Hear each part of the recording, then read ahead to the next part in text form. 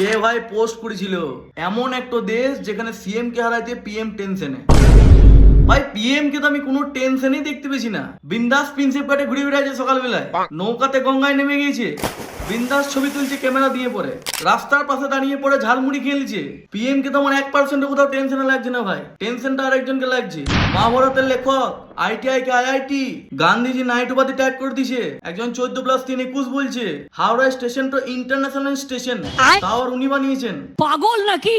SPG commando নাকি ঝালমুড়িটা বানান নিয়েছে, তারপর উনি 10 টাকা দিয়ে ঝালমুড়ি খেয়েছেন। খাও মা কসম। ইলিশ মাছের আবার বীজও পাওয়া যায়। अरे सुधरो रे अभी तो सुधर जाओ। ভাই টেনশন তো অন্য কেউ করছে, আমার যা মনে হচ্ছে। কে হারবে কে জিতবে সেটা তো 4 তারিখে বোঝা যাবে, কিন্তু টেনশনটা অন্যরকম হচ্ছে। কে ভাই পোস্ট করেছিলে ভাই?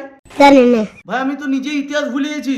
আমার মনে হচ্ছে ইতিহাস মাস্টার থেকে ফোন করে গাল দিয়ে কি পড়াচ্ছিল ছোট থেকে, গাদা গাদা টাকা নিচ্ছে মাসে মাসে। স্কুলের টিচার গুলো ভুল পড়াচ্ছে, টিউশন টিচার গুলো ভুল পড়াচ্ছে।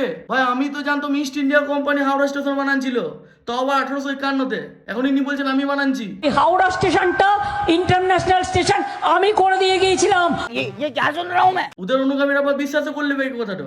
सबके सब चोर हैं साले। ভাগ্যিস হাওড়া ব্রিজটা বলে দেয়নি। তারপর আবার ইন্টারন্যাশনাল স্টেশন, মানে এখান থেকে আমরা অস্ট্রেলিয়া, আমেরিকা, ইংল্যান্ড সব জায়গায় যেতে পারবো। ইরি মারারি,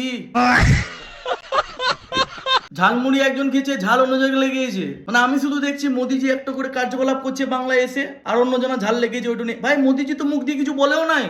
একবার বলেছে মোদিজি যে আমি বানাচ্ছি স্টেশনটা, বলেছে আমি অমুক বানাচ্ছি, আমি তমুক বানাচ্ছি। যারা বানাবে তাদেরকে মুখ দিকে বলতে হবে না যে বানাচ্ছি, মানুষ বুঝতে পারছে কে কি বানাচ্ছে। আর রাহা তৃণমূল তো ফির মিলেঙ্গে। এটারও দায়টা আমাদের।